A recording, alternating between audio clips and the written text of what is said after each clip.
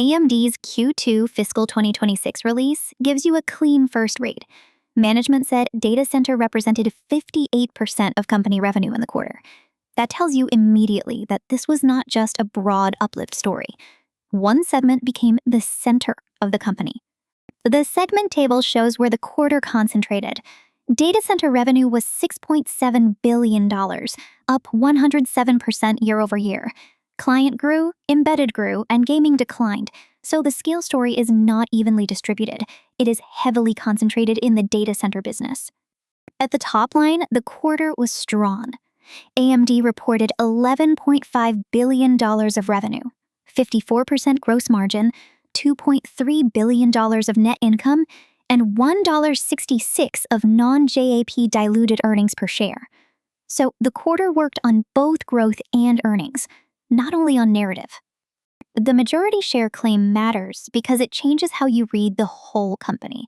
When data center is 58% of revenue, the central question is no longer whether AI is a contributor, it is whether data center concentration now explains most of the company-level result.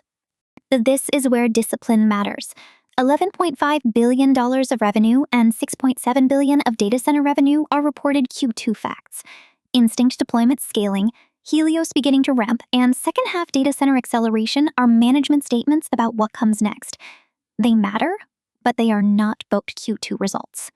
The right way to handle the forward-looking language is as a watch list.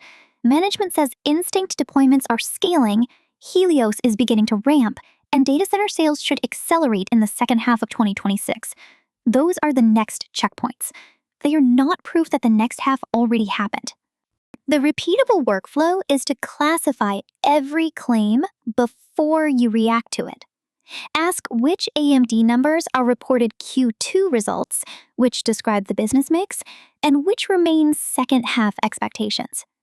That turns one quarterly release into a much more durable reading habit. So the honest summary is two-part. Data center clearly drove this quarter, and it drove enough of it to become the majority of the company. But the second-half acceleration language should stay in the outlook bucket until it appears in reported results. That is the difference between a good quarter and a sloppy read of a good quarter.